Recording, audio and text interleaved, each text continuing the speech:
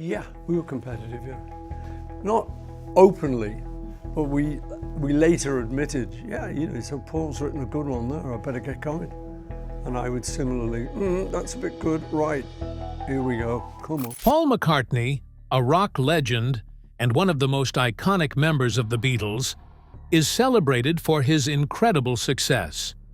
But beyond the fame, there's a side to him that has openly called out the top 5 rock bands he dislikes the most. Is it his pride, or the fact that these bands couldn't quite measure up to the brilliance of the Beatles?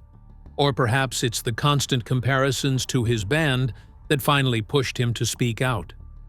What exactly fueled his decision to make such bold claims? Join us as we count down the 5 most controversial rock bands McCartney has taken issue with. The Sex Pistols. If there was one style of music that truly got under Paul McCartney's skin, it was punk rock, and no band embodied the rebellious spirit of punk more fiercely than the Sex Pistols.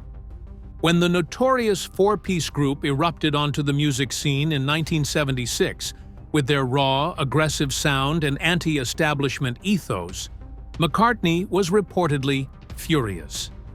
He believed that their style was not only disruptive, but also undermined everything he had worked so hard to create in his career. According to a rare 2003 interview with Linda McCartney's brother, John Eastman, Paul saw their music as nothing more than noise. He couldn't understand why people would cheer for musicians who didn't even know how to play their instruments properly, Eastman explained. This animosity was mutual. When the Sex Pistols' controversial single God Save the Queen shot up the charts during the same week that McCartney's Mull of Kintyre was also enjoying success, the Pistols' lead singer Johnny Rotten, John Lydon, took direct aim at Paul. He publicly dismissed McCartney as a dinosaur, accusing him of representing everything that punk rock was rebelling against. What truly incensed McCartney, however, wasn't just the music, but the direct attacks on his legacy. According to Wings' drummer Denny Sywell, Paul was deeply hurt when he learned that the Pistols had used Beatles posters for target practice during their rehearsals. He tried to laugh it off, but you could see it bothered him a lot, Sywell recalled. The hostility peaked when both the Beatles' former members and the Pistols found themselves recording at London's AIR studios in early 1977. Studio manager Dave Harris remembers Paul making a friendly effort to introduce himself, only for Sid Vicious, the Pistols' bassist, to mutter something insulting about McCartney being part of the establishment. McCartney promptly turned on his heel and didn't engage with them again. Though McCartney gradually came to recognize the ways punk rock had shaken up the music industry in a positive way, his personal disdain for the Sex Pistols lingered. In a 2016 BBC interview, when asked about the band, Paul offered a polite but pointed response. "Not my cup of tea, really." The tone in his voice said far more than the words themselves. Paul McCartney was never one to put down other rock bands. While John Lennon was known for openly criticizing his own work, McCartney was more focused on the positive side of things, and he built a reputation for being upbeat, a trait he had long before Monty Python made such attitudes fashionable. Even as McCartney settled into his role with Wings, he knew the Sex Pistols would burn out quickly. Despite their harsh attitude toward bands like the Beatles, McCartney, in his own way, respected the Pistols. Reflecting on their short but intense career, McCartney observed, "If you listen to the music, that's where the enthusiasm comes for me.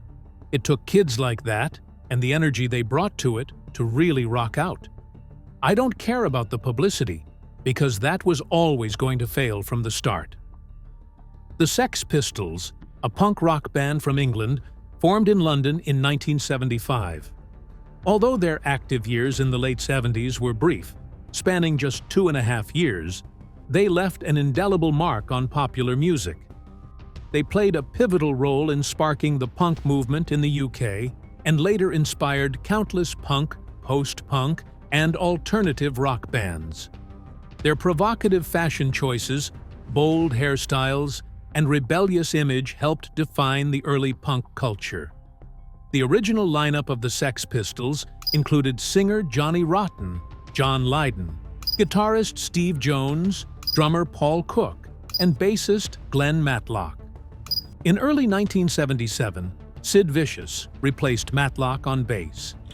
Under the management of Malcolm McLaren, the band quickly garnered attention from the British press, particularly after their infamous live TV interview in December 1976, in which they swore on air. Their release of the single God Save the Queen in May 1977, which criticized the British monarchy by calling it a fascist regime, created an uproar. The song, which came out during national celebrations for Queen Elizabeth II's Silver Jubilee, was banned by the BBC and nearly every radio station in the UK, making it the most heavily censored song in British history. Through their brief yet explosive career, the Sex Pistols cemented their place in rock history, forever changing the landscape of music and culture. Despite Paul McCartney's distaste for their style and antics, he could not deny the powerful impact they had on the industry, even if it was a legacy he felt conflicted about. If Paul hated the Sex Pistols that much, who might be next in line, coming in at number 4 on his hate list? Keep watching. The Monkees. To Paul McCartney, the Monkees represented everything he and the Beatles stood against. Presented to the public as America's version of the Beatles, the Monkees were, in Paul's view, a shallow imitation, plastic, fake, and insulting. As Alistair Taylor, the Beatles' assistant, recalled, Paul saw them as nothing more than a cheap knockoff, and Paul was openly dismissive. He even admitted that he would change the radio station if one of their songs came on during a car ride. To Paul, it wasn't just about the music itself, it was about the whole concept of the group. The Monkees were a band constructed by producers, given instruments, and dressed like rock stars, but they weren't putting in the work or living the lifestyle that real bands did. In 1967, the tension boiled over when Paul had a heated argument with the Beatles' manager, Brian Epstein. Paul exploded, saying, "They're making a mockery of what we built. 4 actors pretending to be a band. It's insulting." This conflict was further fueled when the Monkees' TV show started adopting psychedelic themes after the release of Sgt. Pepper's Lonely Hearts Club Band. Paul, already irate, vented to George Harrison, saying, "They are following our blueprint without doing any of the work." This frustration wasn't kept behind closed doors.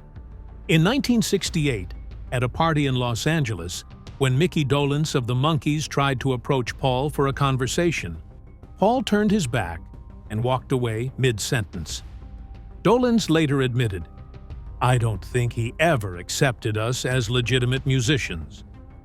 Even when the Monkees gained more control over their music and demonstrated that they could play instruments, Paul's stance remained unchanged. When asked in 2011 about the Monkees, Paul succinctly responded, "They had some catchy tunes, but they were certainly no Beatles, were they?" Despite their success and growing legitimacy, Paul's view remained steadfast. The Monkees were forever just a pale imitation of what the Beatles had accomplished. The Monkees were an American pop rock band formed in Los Angeles in the mid-1960s. The original lineup included Mickey Dolenz, Davy Jones, Michael Nesmith, and Peter Tork. The band skyrocketed to fame, largely due to their self-titled NBC television series, which aired from 1966 to 1968. This exposure made them one of the most popular bands of the late 1960s, propelling them to the top of the charts with hit songs like Last Train to Clarksville, I'm a Believer, and Daydream Believer, all of which reached number 1. Originally, the Monkees were created as a fictional band for the television show, with Dolenz, Jones, Nesmith, and Tork cast in the roles of the band members. While the sitcom aired, the music credited to the Monkees was featured on the show, as well as released as singles and albums, beginning in 1966. Initially, the members of the band performed lead vocals and wrote a few songs, but most of the actual music was composed by professional songwriters and recorded by session musicians. While this formula was commercially successful, the band members became increasingly frustrated by their lack of involvement in the creative process. After a brief period of tension and power struggles, the Monkees fought for and gained full control over the production of their music in 1967. For the next two albums, the Monkees performed as a true band, playing and recording together. However, internal tensions soon began to take their toll. Each member pursued personal interests under the Monkees' name, leading to the group evolving from a cohesive band into more of a brand. Rumors of the band not playing their own instruments further damaged their credibility, and with the cancellation of their TV series, both their music sales and fan interest began to decline. As the group started to splinter, the remaining members began to leave, and by 1970, the band had officially split up. Interest in the Monkees revived in 1986, when the band reunited to mark their 20th anniversary. This led to a series of reunion tours, a major television special, and the release of new studio albums.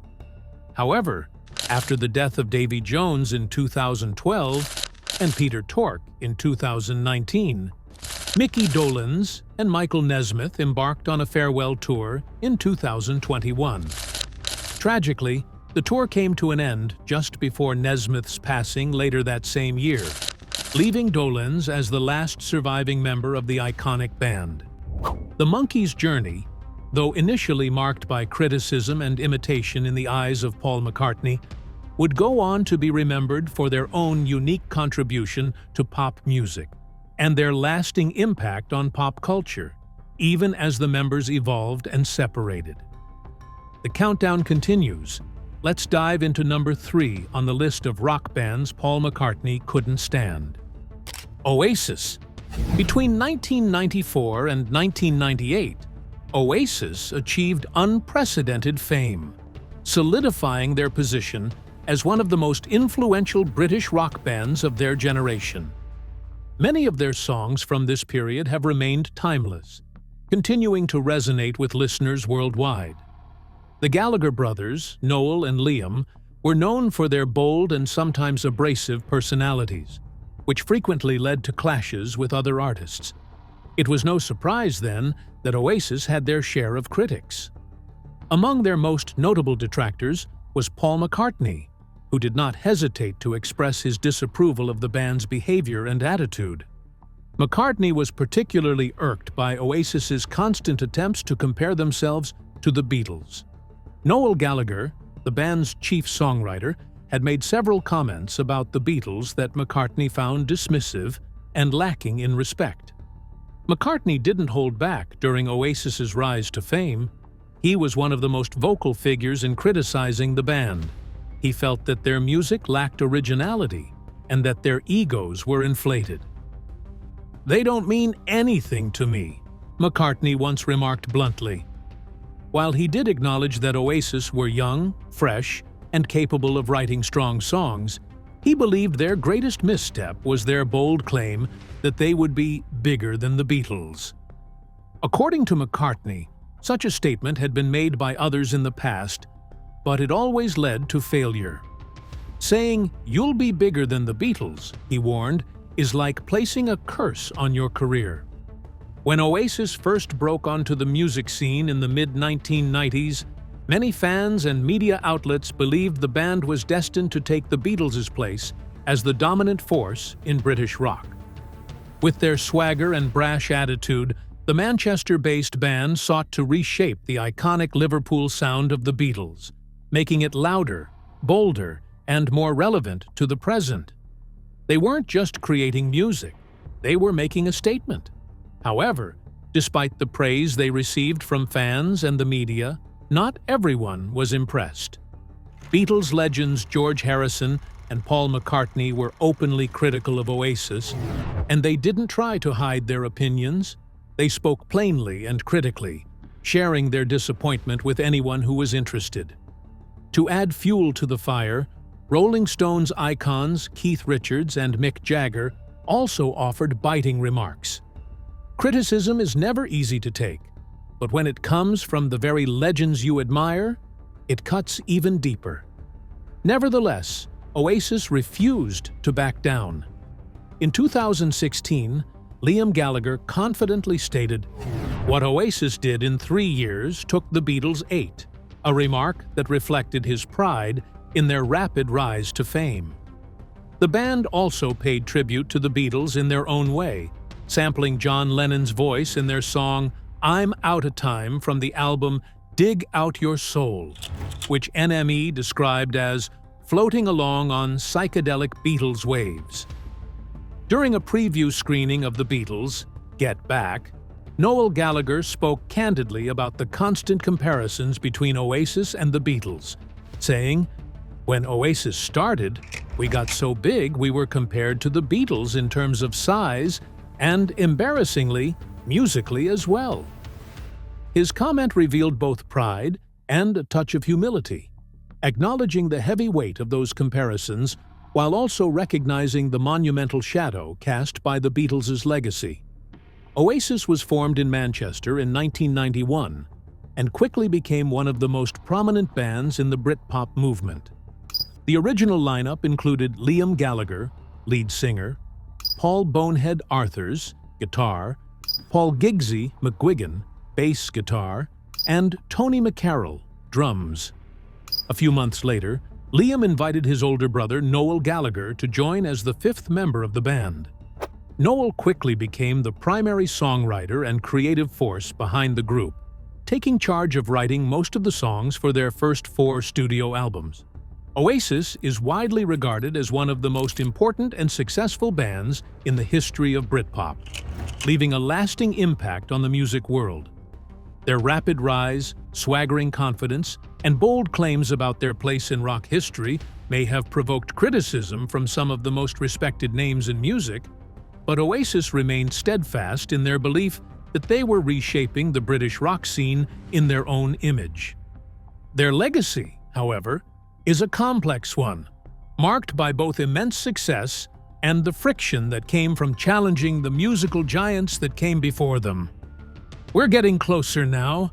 Let's check out number 2 on Paul McCartney's list of most disliked rock bands. The Beach Boys. The Beatles and the Beach Boys, often portrayed as rivals in the media, were not merely involved in a friendly competition, but were locked in a battle for musical superiority. While some may argue there was mutual admiration between the two bands, the truth is that Paul McCartney didn't exactly have warm feelings toward Brian Wilson and his group. Though there were moments of shared respect, Paul made it clear that, at best, the Beach Boys were a distant second to the Beatles. Unlike the exaggerated rivalry between the Beatles and the Rolling Stones, this contest had real stakes.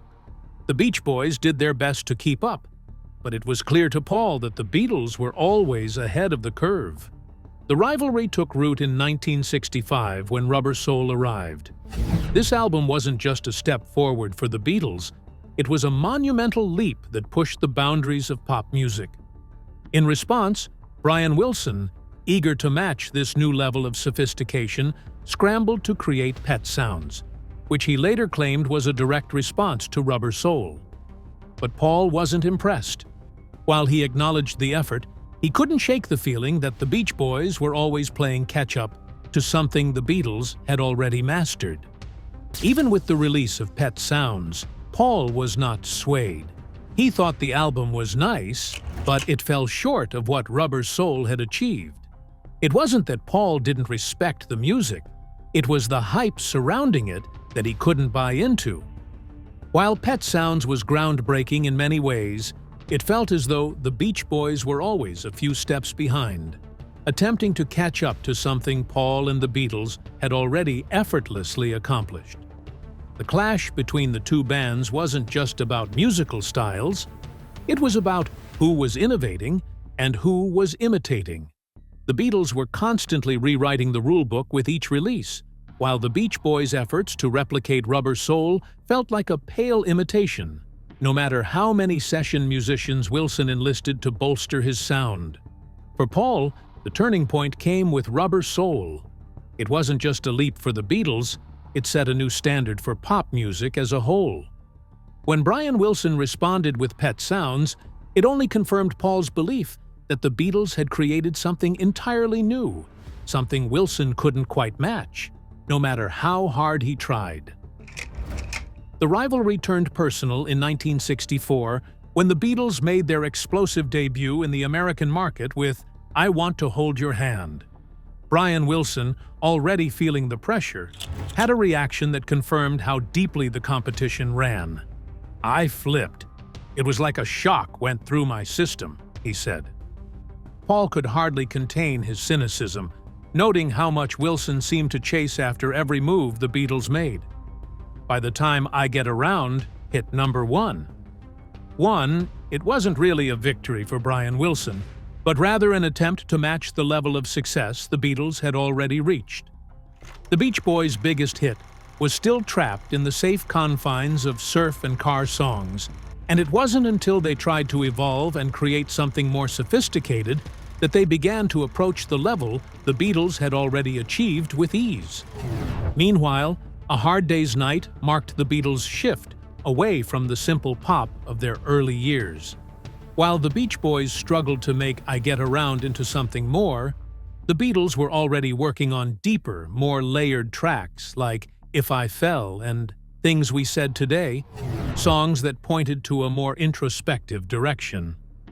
The Beach Boys, on the other hand, were still trying to build something big with their sunny, simple sound. Brian Wilson himself admitted that Rubber Soul had left him shaken. He acknowledged that it wasn't just the lyrics and melodies, but the production and harmonies. It was almost art music. To Paul, this was confirmation. The Beatles didn't just lead the game, they had set the game itself. Despite Brian's valiant efforts, Paul was always one step ahead. The Beach Boys may have produced God Only Knows, but even that, as great as it was, paled in comparison to the rich tapestry of sound the Beatles were weaving. Paul dismissed Pet Sounds not because it wasn't good, but because it was just another attempt to do what the Beatles had already done, with far more heart, soul, and understanding of the evolving music landscape. Sure, Pet Sounds had its moments, but it never came close to matching the seamless brilliance of Rubber Soul or Sgt. Pepper's Lonely Hearts Club Band, for that matter. So, while the Beach Boys may have tried to challenge the Beatles creatively, Paul McCartney wasn't fooled. To him, it wasn't about admiration. It was about realizing that, despite all their efforts, the Beach Boys were always trying to catch up with the Beatles. And that was something Paul wasn't about to let slide, not for a second. The Beach Boys, a rock band from Hawthorne, California, began in 1961. The original members included three brothers, Brian, Dennis, and Carl Wilson, their cousin Mike Love, and their friend Al Jardine.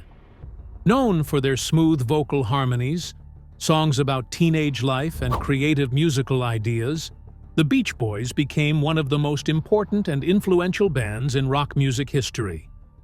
Their sound was inspired by older pop-singing groups, 1950s rock and roll, and black rhythm and blues music, which helped shape their own unique style. In their early years, the band was managed by the Wilson brothers' father, Murray, and became famous for songs about surfing, cars, and young love.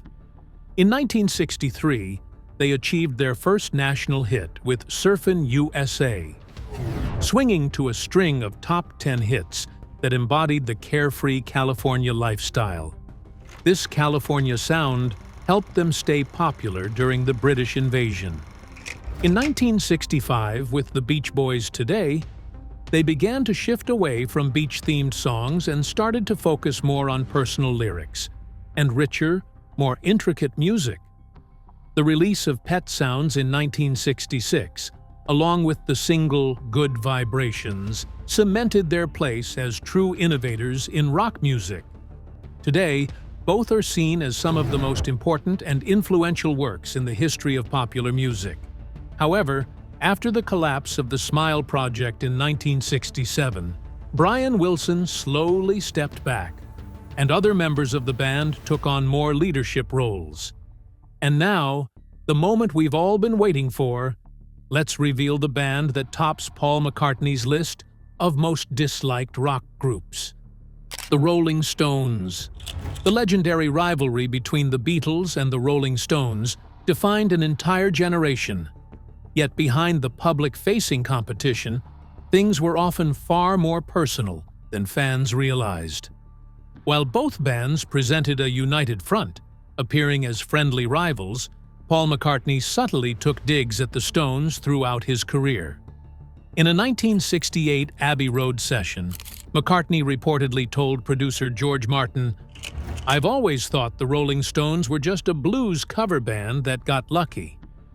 While this remark didn't make headlines at the time, McCartney has echoed similar sentiments over the years. In a 2021 New Yorker interview, he admitted, "I'm not sure I should say it, but they're a blues cover band. That's sort of what the Stones are. I think our music covered more ground than theirs."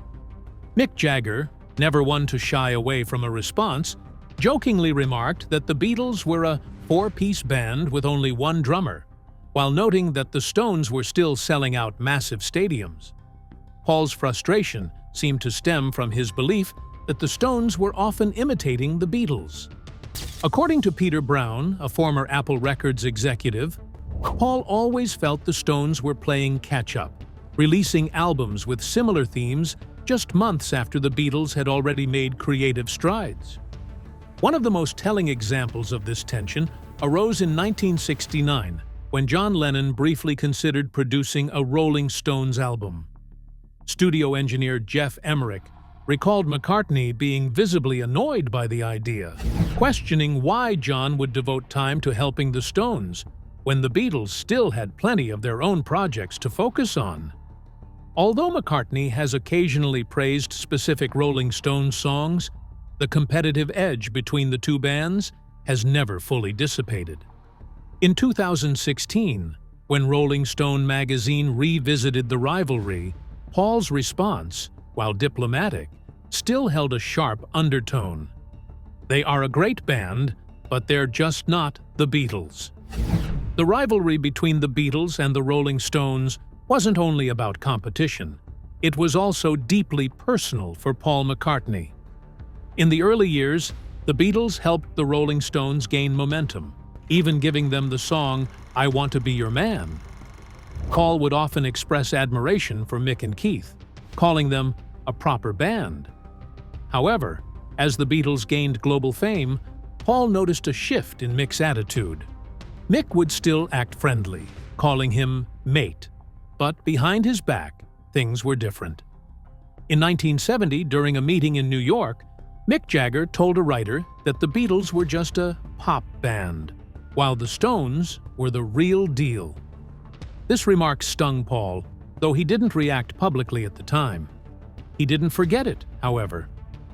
Over the years, Paul came to realize that Mick reveled in playing the role of the bad boy to the Beatles' polished image.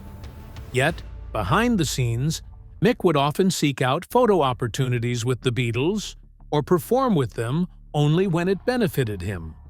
Paul began to sense that Mick wanted the fame and recognition the Beatles had earned, but without the hard work and pressure that came with it. The breaking point came in a 2004 interview with Rolling Stone, when Mick was asked about the longevity of his songwriting. His response, "We are still performing real shows."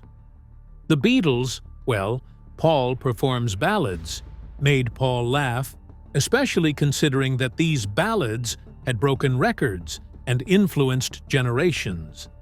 The tension between Paul and Mick reached its peak during a charity dinner in London. Paul invited Mick to join him for a charity single he was working on, A Cry for Peace. Mick declined, offering instead to perform with the Rolling Stones, but without Paul. Mick famously told Paul, "One Beatles reunion is enough for a lifetime." After that, Paul never reached out to Mick again. Although Paul has acknowledged Mick's talent as a showman, he admits it's difficult to trust someone who views you as a rival, or even as a replacement, depending on the audience. Even today, the media continues to compare their legacies, often placing the Beatles against the Rolling Stones and Paul McCartney against Mick Jagger. However, Paul no longer sees the two as equals. He feels deep disappointment in Mick, a man who played the long game, but did so unfairly. What once started as a friendship rooted in mutual respect ultimately transformed into something far more complicated. What began as camaraderie between two of the biggest rock bands in history became a rivalry marred by personal frustration and betrayal. As for the Rolling Stones, they remain an iconic, influential force in rock music. Formed in 1962 in London, the band's career has spanned over 6 decades. Widely regarded as one of the most enduring and impactful bands in the history of rock, the Rolling Stones played a crucial role in shaping the raw, powerful sound that became synonymous with hard rock. The band's original lineup consisted of lead singer Mick Jagger, guitarist Keith Richards, multi-instrumentalist Brian Jones, bassist Bill Wyman, and drummer Charlie Watts. Initially, Jones was the driving force behind the band, but in 1963, manager Andrew Loog Oldham encouraged the band to write their own material. This led to the songwriting partnership between Jagger and Richards, which became the creative core of the band. Drawing inspiration from blues and classic rock and roll, the Rolling Stones began their career covering songs by other artists. They soon became central to the British invasion of 1964, which saw British bands rise to prominence in the United States. Their success grew as they wrote their own chart-topping hits, like I Can't Get No Satisfaction, Get Off of My Cloud, both released in 1965, and Paint It Black, 1966. Their 1966 album Aftermath, the first to feature only original material, is considered one of their most significant early works, showcasing the band's growing songwriting and musical range. What do you think about the top 5 bands Paul McCartney disliked the most? Was his frustration toward them truly justified, or was it simply rooted in pride and competition? Let us know in the comments section below. Thank you for watching this video. We hope you found it interesting. Don't forget to like and subscribe. Click the next video shown on your screen to catch up on your favorite celebrity stories. See you there.